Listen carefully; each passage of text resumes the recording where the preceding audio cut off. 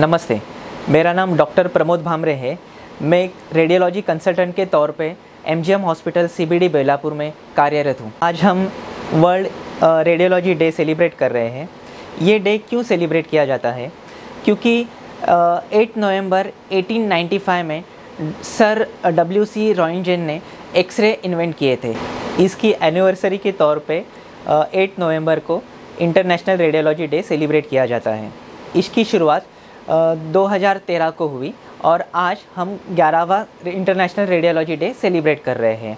और इस radiology international day की थीम है सेलिब्रेटिंग पेशेंट सेफ्टी। अगर पेशेंट सेफ्टी के बारे में बोला जाए तो जैसे एक्सरे डिपार्टमेंट में पेशेंट को अंदर लेने के बाद डोर लॉक करना बहुत इंपॉर्टेंट रहता है। नहीं तो कोई पेशेंट के रिलेटिव्स है या फिर कोई लोग हैं वो अंदर आ सकते हैं और उनको अननेसेसरली रेडिएशन हो सकता है।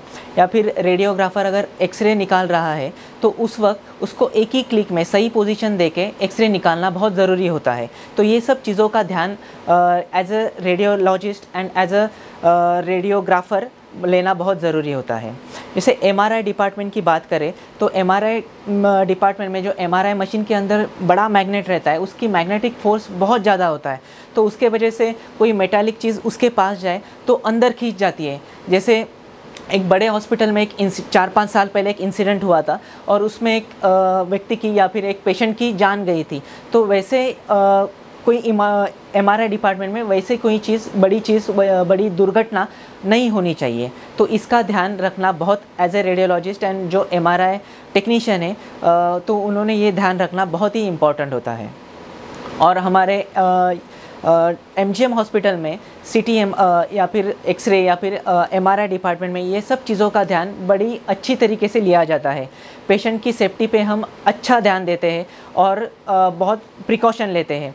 जैसे कि आया हुआ पेशेंट को सुरक्षित सब इन्वेस्टिगेशन करके उसका रिपोर्ट उसके हाथ में देना, ये हमारा मेन मोटो होता है।